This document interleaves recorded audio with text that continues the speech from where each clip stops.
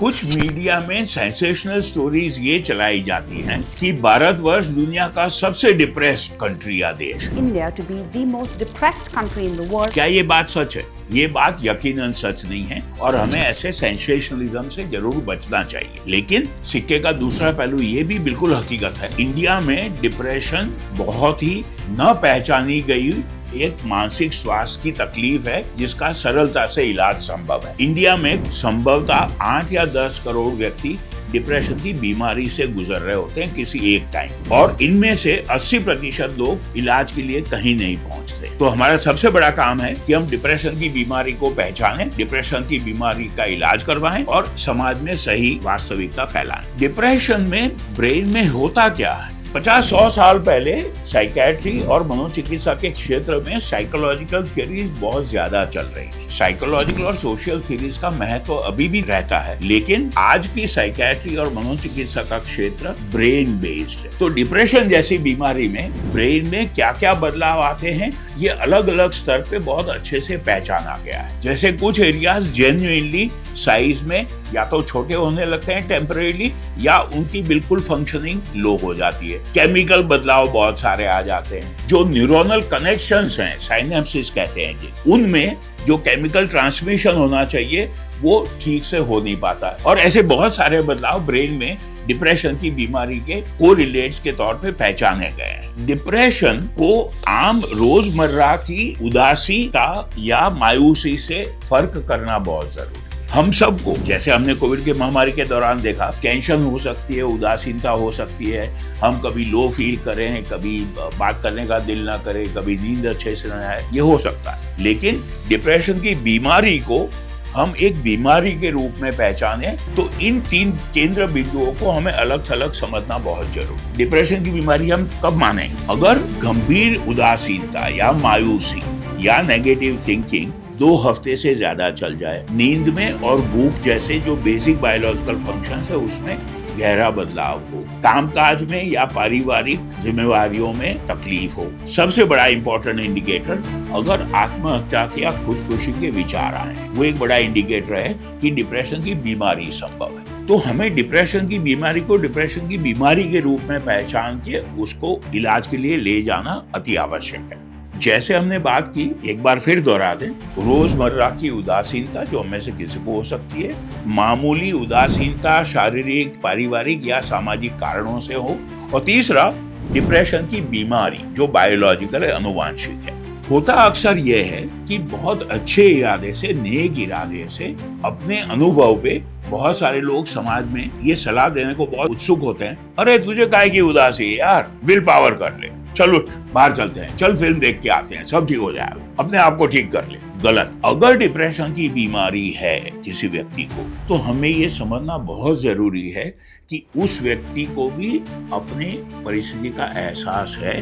वो चाहता है कि वो अपनी शिथिलता से बाहर निकले, लेकिन वो नहीं कर पाता। तो उस वक्त उसको मोटिवेशनल टॉक देना या पुश करना, प्रोत्साहित करना अकेले काम नहीं आता है, बल्कि नेगेटिव इफेक्ट करता है। एक उदाहरण सोचें, और ये मेरा बड़ा फेवरेट उदाहरण है। एक जगह 2 महिलाएं बैठी हुई है, एक दूसरे से पूछती है, अरे भाई तुझे काहे का उदासी हो रही है अपने डिप्रेशन के कारण? हमारे पास तो सब कुछ है, सब साधन है, सब सुख संपन्न है हम लोग। तो दूसरी महिला पूछती है पलट के, भाई तुम्हें अपनी अस्थमा की बीमारी के कारण सांस लेने में तकलीफ क्यों हो रही है? ऑक्सीजन की तो कमी नहीं है, हवा की तो कमी नहीं है, माहौल में, वातावरण में ऑक्सीजन तो बहुत है। हमें समझना ये होगा कि जैसे अस्थमा के व्यक्ति को सांस लेने में तकलीफ होती है, वो उसकी बीमारी है, उसी प्रकार डिप्रेशन के मरीज को अनुवांशिक बायोलॉजिकल कारणों से और ब्रेन में जो चेंजेस हुए उनके कारण साधारण रूप से भावनाएं जो आपको और हमें महसूस होती है, वो महसूस करने में, उस पर अमल करने में परेशानी होती है। डिप्रेशन का जो मरीज है वो उतना ही लाचार और बेबस है जैसा और कोई शारीरिक बीमारी का व्यक्ति लाचार और बेबस। और इस कारण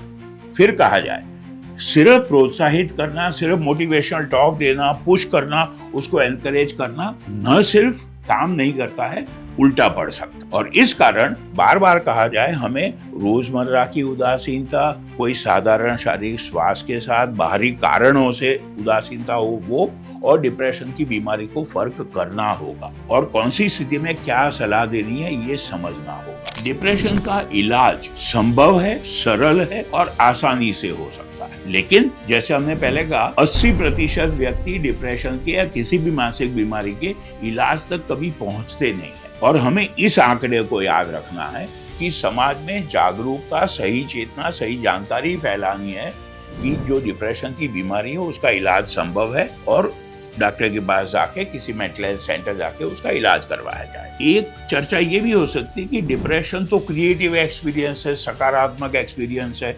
बहुत क्रिएटिव आर्टिस्ट ने गुरुदत्त और मीना कुमारी से लेके वैन गॉग और लियो टॉल्स्टॉय और लियोनार्डो दा विंची जैसे बहुत सारे क्रिएटिव आर्टिस्ट रहे अलग अलग फील्ड में, जिन्होंने अपने डिप्रेशन के दौरान बहुत अच्छे सकारात्मक काम किए। तो डिप्रेशन का इलाज क्यों जरूरी है, क्यों करना चाहिए? सबसे पहले जैसे हमने कहा, व्यक्ति खुद सफर कर रहा है, उसका परिवार सफर करता है, उसकी प्रोडक्टिविटी और सामाजिक उपयोग कम हो जाता है, शारीरिक स्वास्थ्य खराब होता है, जो ब्रेन में चेंजेस हो रहे हैं उसके कारण धीरे धीरे बॉडी पे भी चेंजेस होने लगते हैं। और सबसे बड़ा कारण डिप्रेशन का कॉमनेस्ट कॉम्प्लिकेशन है आत्महत्या और खुदकुशी की टेंडेंसी। तो आत्महत्या और खुदकुशी के जो आंकड़े बढ़ते जा रहे हैं उनको रोकने का एक सरल उपाय है डिप्रेशन की पहचान और उनका इलाज। तो डिप्रेशन के इलाज करने के बहुत सारे कारण हैं और बार बार कहा जाए, डिप्रेशन का इलाज सरलता से, आसानी से हो सकता है, हो रहा है, अगर हम व्यक्ति विशेष को इलाज तक पहुंचाएं। लेकिन एक बात हकीकत है कि डिप्रेशन के दौरान शरीर और ब्रेन में जो चेंजेस होते हैं वो टोटली रिवर्सिबल है। अगर इलाज अच्छे से करवाया जाए तो ब्रेन में जो चेंजेस होते हैं, chemical as well as structural, वो सारे फिर रिवर्ट हो सकते हैं, फंक्शनिंग नॉर्मल पे आ सकते। तो ये सबसे अच्छी खबर है कि डिप्रेशन का इलाज न सिर्फ बाहरी लक्षण में पूरा असर अच्छा दिखाता है, लेकिन जो अंदरूनी बदलाव है वो भी पूरी तरह से रिवर्ट कर सकता है। अब तक की जानकारी पाकर अगर आपको ऐसा लगता है कि आपके आसपास, मित्रगण में, काम के साथियों में, परिवार में, कहीं पर भी अगर कोई व्यक्ति ऐसा लग रहा है जिसको डिप्रेशन की बीमारी हो, संभव है, तो सोचें उसकी मदद कैसे की जाए। जैसे हमने बात की, सिर्फ प्रोत्साहित करना और मोटिवेशन टॉक देना कोई मायने नहीं रखेगा, उसको हमें आशा दिला के सही जगह इलाज के लिए पहुंचाना होगा। सरकारी अस्पतालों में, प्राइवेट सेक्टर में, मेंटल हेल्थ सेंटर्स, जहां मनोचिकित्सा का विभाग है वहां ले जाएं। एथेना बिहेवियरल हेल्थ जैसे अच्छे मानसिक स्वास्थ्य के सेंटर में ले आए, उस व्यक्ति को मदद करें ट्रीटमेंट तक पहुंचने में। एथेना बिहेवियरल हेल्थ में न सिर्फ दवाइयों से इलाज होगा, काउंसलिंग होगी, थेरेपी होगी। अगर सामाजिक, पारिवारिक और किसी पहलू में कोई कारण है तो उनको समझ के व्यक्ति की मदद की जाए कि डिप्रेशन आगे चल के ना हो। और सबसे बड़ी बात, ये जो कॉम्प्रिहेंसिव इलाज है वो एथेना में संभव है। तो अगर आपके आसपास किसी में डिप्रेशन की संभावना लगे तो एथेना बिहेवियरल हेल्थ पहुंचिए और यहाँ संपर्क करिए। जो लिंक डिस्क्रिप्शन है नीचे दिखाया गया उसको भरिए, हमारी टीम आपको संपर्क करेगी। मैं डॉक्टर निमेश देसाई, एक मनोचिकित्सक।